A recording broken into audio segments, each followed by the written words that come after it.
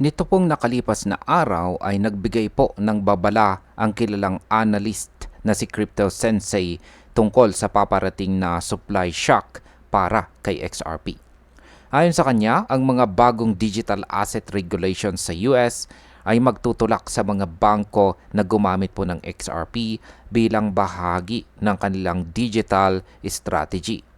Kaya titignan po natin kung paano po ito makakaapekto sa presyo ng XRP at bakit po ito mahalaga para sa buong crypto market. Pero bago po tayo magpatuloy, ay pakibasa na lamang po muna ang disclaimer dito po sa ibaba ng ating screen. Ano po ba ang papel ng mga bagong regulasyon? Dalawa pong mahalagang batas ang tinutukan rito ni Crypto Sensei. Ang Genius Act na naipasa na at nakatutok sa stablecoin regulation at ang Clarity Act na posible pong matapos bago matapos ang taong ito. Ang kahalagahan po nito ay bibigyan nito ng malinaw na guidelines ang mga bangko kung paano po sila makakagamit ng digital assets ng legal at saka regulated.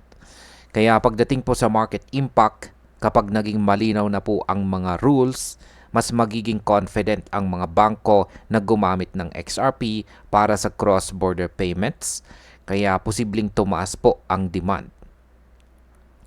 Paano naman po nagpi-prepare ang malalaking bangko? Ayan, sabi po rito ni Crypto Sensei, banks to create a supply shock for XRP. Yan, sabi ni Crypto Sensei dito, handa na ang mga higanting institution tulad po ng Citibank, Bank of America at saka JP Morgan. Naglaan na sila ng pondo at resources para gumawa ng internal solutions at cryptocurrency payment systems. Pero ang mas maliit na mga bangko at credit unions ay malamang na hindi pa handa.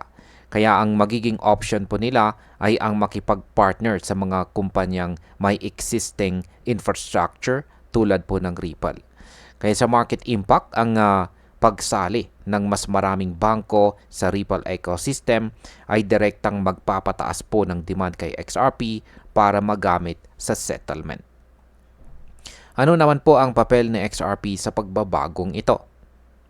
Si XRP po ay may advantage dahil kaya nitong magbigay ng mabilis at saka mura na cross-border settlement. Kapag kumonekta po ang mga bangko sa RippleNet, makakatipid sila ng hanggang 80% na gastos at mapapalaya ang mga pondo na dati ay naka-freeze sa Nostro at saka Vostro accounts.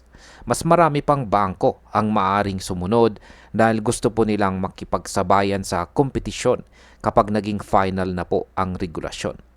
Kaya sa market impact, ito po ang pwedeng mag-trigger ng supply shock dahil mas marami pong XRP ang kakailanganin para masettle ang mga international transactions. Ayan, para po sa mga baguhan na first time pa lamang pong makarinig ng term na supply shock. Ano nga ba ang ibig sabihin nito? Ang supply shock ay nangyayari kapag ang demand ay biglang tumaas habang limitado ang available na supply. Dahil hindi po tulad ng retail investors, ang mga bangko ay nangangailangan ng malaking liquidity para sa settlement. Kapag sabay-sabay po silang gumamit ng XRP, pwedeng tumaas ng mabilis ang presyo dahil mahihirapan po ang market na tugunan ang kanilang demand. Kaya sa market impact, ito ay maaari pong magbukas ng panibagong bull run para kay XRP, lalo na kung magkataon na mangyari ito kasabay ng mas malawak na crypto market recovery.